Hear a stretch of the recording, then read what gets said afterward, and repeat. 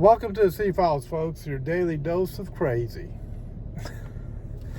Thanks for watching. Don't forget to subscribe, hit the like button, because if you don't like my videos,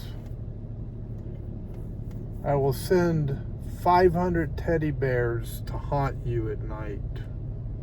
Anyway, my attempts at humor. This is why I'm not a stand-up comic, folks. I understand. You guys are going, okay, that was a dad joke. That was corny. Yep, it was. Live with it. Anyway, so I'm going to talk about money a little bit today. There's a lot happening. I know we could talk about Chicago. We could talk about Venezuela. We could talk about Colombia and the drug, the war with the drug lords. We could talk about China and how they're harassing the Philippines, harassing Philippine fishermen who are fishing in Philippine territory. We could talk about a lot of things like that. We could talk about the economy. But thing is, everybody else is talking about that. My opinion on all of that is it's going to all get sorted out. There might have to be some force used to take care of these drug cartels and stuff. And it might include Mexico, hitting them in Mexico as well. But it's all going to get sorted out. You see, when you get the right people doing the job gets done. It's really just that simple. Now, money. Here's what I want to warn you guys about.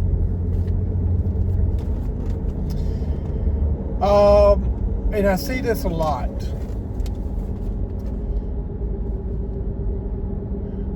I'll give you the secret that the billionaires don't want you to know about money. And once you learn this secret, you'll be able to make money the way the billionaires do.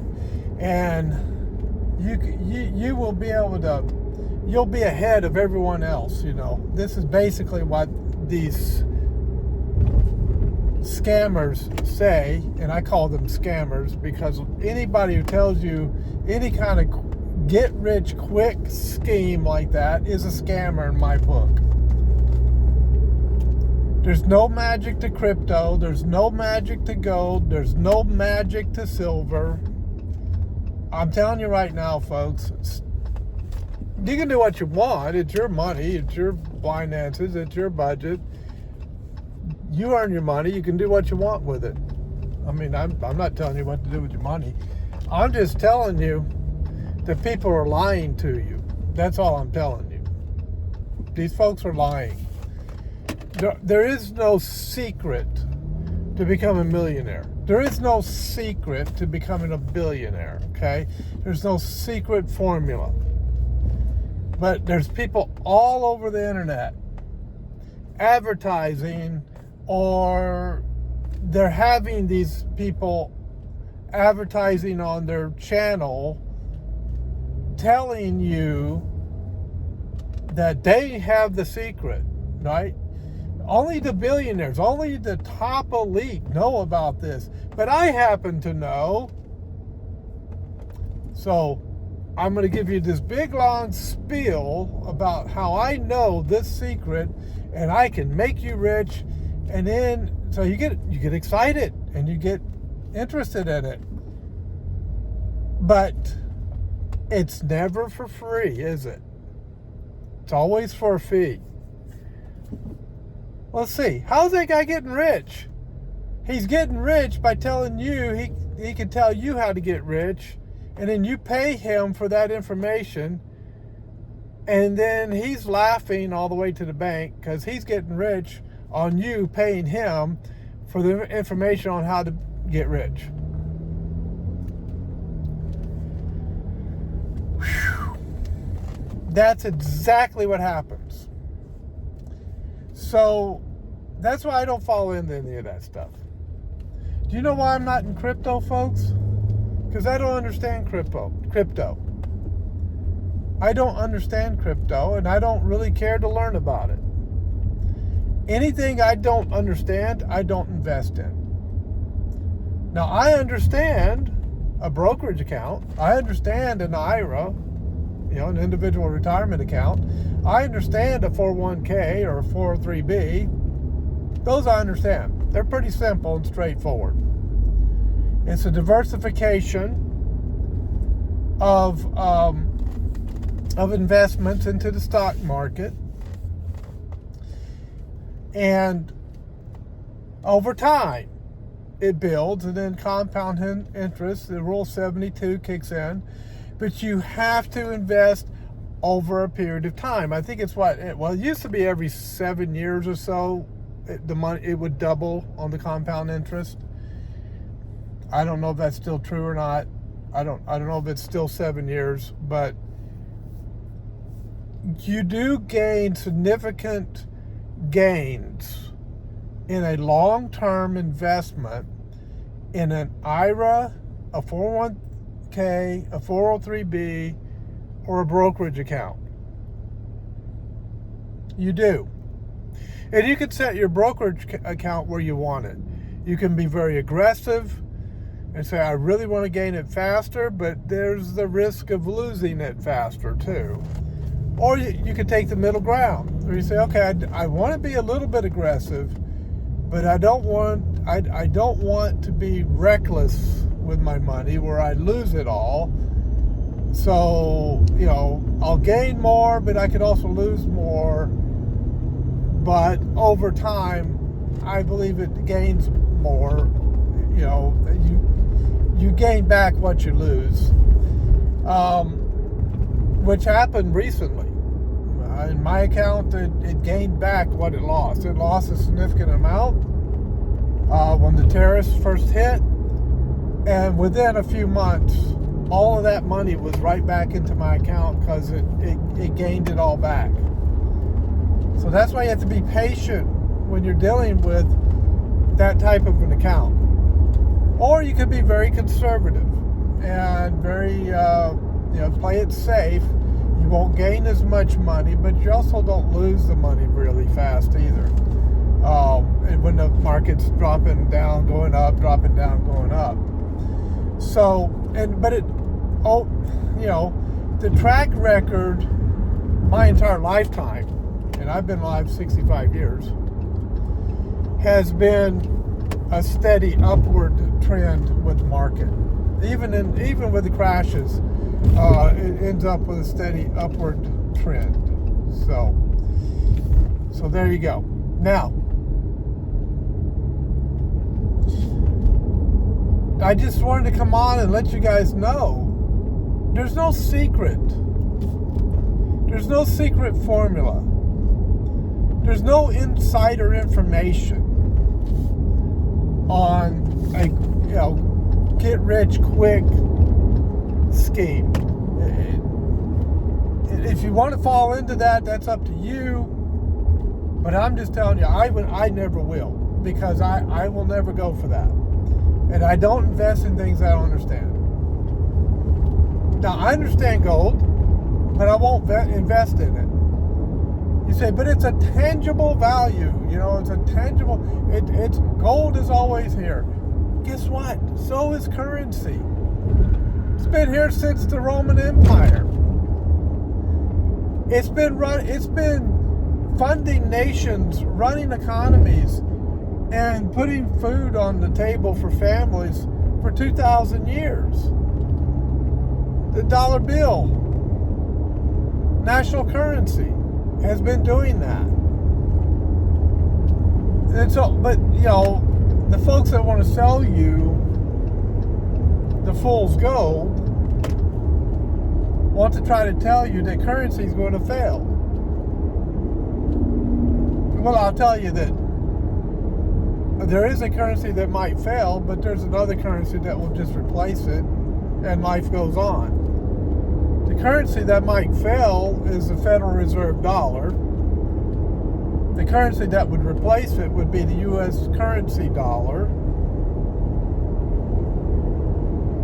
And life goes on. You just But here's the thing. Most people are living off of digital money anyway. It's, your paycheck goes into your bank account by direct deposit. It's all numbers. You don't see cash unless you pull it out of an ATM or go to the teller and pull cash. You can receive your paycheck and pay bills without ever seeing a dollar bill. It's all electronic. It's all numbers in the computers. Now, the fear that people have is, but the government can come in and control that. And if you have a tyrannical government that wants to shut down your account because they don't like what you're doing, or they don't like the way you're living, or they don't like what you're saying, or something like that, then that's the issue that we have. That's why we want an alternative means of paying things that the government doesn't control. And so that ends up being crypto. Well, there's some truth to that. I mean, there were some people that had their bank accounts shut down in Canada during the protest. It's happened rarely, but it has happened here in the United States. That's when people play dirty politics. That's when the government oversteps its bounds and does illegal things. And when you have a two-bit dictator trying to run things in the country. So there is that aspect of it. But here's what they found out. He could do the same thing to crypto. Do not think that the government can't come in and start regulating crypto companies and shut accounts down in crypto as well. If you think the government is incapable of doing that, you must be in a pretty cool fantasy world. What about gold? They can't mess with gold. Let's see, as I recall, when the Great Depression hit, gold was being confiscated by the United States government. Yes, during Franklin Delano Roosevelt's presidency, they were confiscating gold from people. So there's that problem with gold. Folks, you're not going to be able to trick the system. You're not going to be able to overcome the ability of the government to come in and shut everything down on you if they want to do it. If they want to do it, they're going to do it. It's just the way it is. The governments that do that kind of stuff, they typically don't last very long because typically people rise up against them. And those governments tend to fall. So I'm not that concerned about that happening, especially in the United States. So that's where that is. And when it comes to gold, it barely keeps it. Half time it don't even keep up with inflation. If it does keep up with inflation, it barely keeps up with inflation. But what would I like to see done that's done differently that's being done now? Yeah, I would love to see the Federal Reserve to get out of the business of printing our money. What the garbage is a private bank doing printing US dollars? That makes no sense to me other than it's a scheme put together by the elites to make them rich and to keep the rest of us in the illusion of a good economy and keep us under their thumb. Keep us from being able to build those finances. Well, how do you do that? You do it through an income tax. And the income tax and the IRS is attached by the hip to the Federal Reserve. They function right along with each other. They function together. So they're collecting for a private bank that's contracted with the United States government to print our money and to set interest rates and so forth on our economy. To me, that's the greatest and biggest and most devastating scam of all played on the American people. So I would love to see the Federal Reserve note utterly crash. That would be a great day. I would love to see it crash.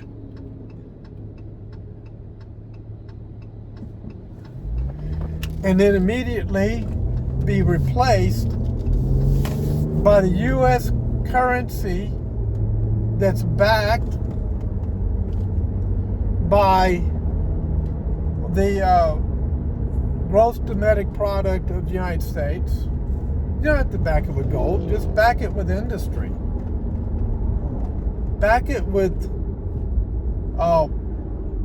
the industrial power of the country.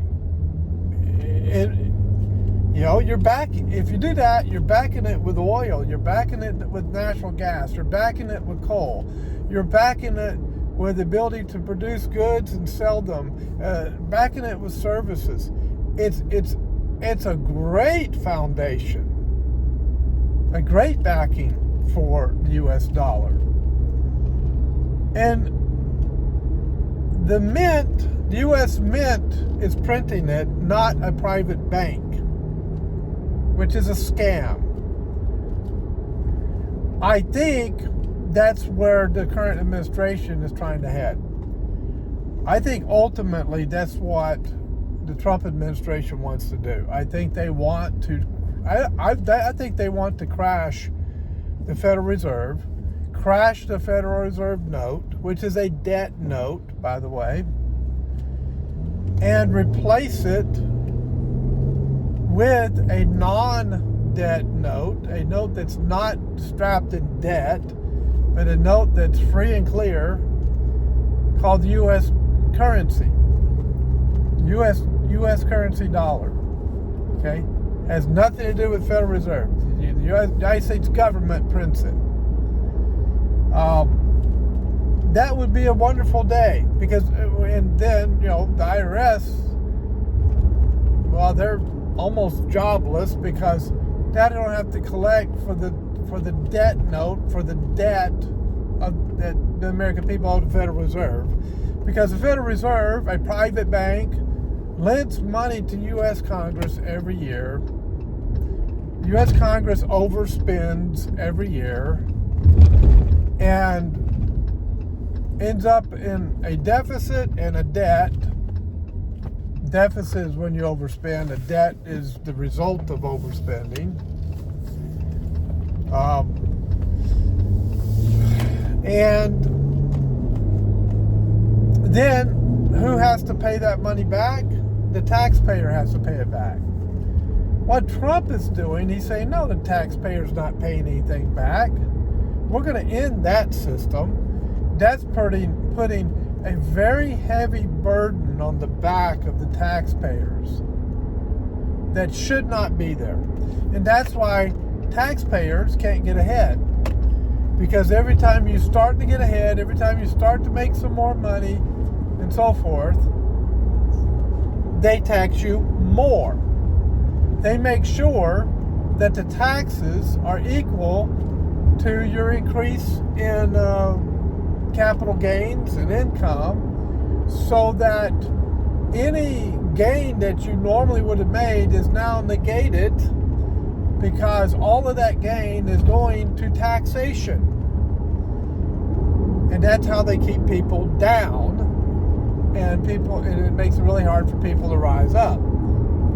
Now, people have figured out how to overcome that, and it's usually through smart budgeting.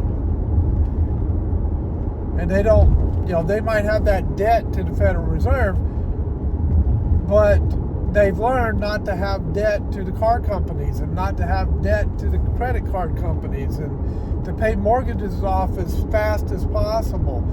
That's how people start to get ahead, because since they have this Federal Reserve debt, they negate the debt on the other end, and that gives them some extra money to begin to get ahead. But they don't get ahead as fast as they normally would if they didn't have the debt to the Federal Reserve. So what is Trump talking about doing? Well, he's talking about replacing the income tax with the tariffs, and the tariffs paying for everything, the tariffs paying down the debt, make the foreign countries pay the Federal Reserve and pay the debt down through tariffs, and leave the American people alone. That's what he's doing. Now, this court case, this governor of the Federal Reserve, her last name is Cook. I can't remember her first name. Is it Linda Cook? I can't remember. I apologize if I got that name wrong. But that case that she filed because she got fired, that could be the case that brings the Federal Reserve down to its knees. That could be the case that completely ends the Federal Reserve. Possibility of it. Not saying it's going to happen. Not guaranteeing it. I'm just saying that's a definite possibility. So that should be interesting to see how that comes out. So that's the plan, folks. I mean, there might come a day if Trump is successful in what he's trying to do, that you're not going to be paying income tax anymore. That would be incredible. Absolutely awesome. Then people could get ahead. Then it would be a whole lot easier for people who are smart about how they handle their money and are not foolish with it. They could actually begin to gain generational wealth. Now, I know the scripture. What does it profit a man if he gain the whole world and lose his own soul? And so and that's true. Your soul is more important than your temporal wealth in this life. But it's not unbiblical to create generational wealth and have that passed down through the family, especially if the family is using that to the glory of God. Churches wouldn't have any problem with funding for the ministry if that were to happen. They wouldn't have any problem, because people would have plenty of excess money to give to ministries and fund the ministry. Charities would be a lot better off. People had the heart of giving. The poor, people would be taking care of them. The churches would be able to take care of them easier, instead of the churches struggling financially. There's a lot of good benefits that could come out of that. So that's not evil within itself. What is evil is the love of money.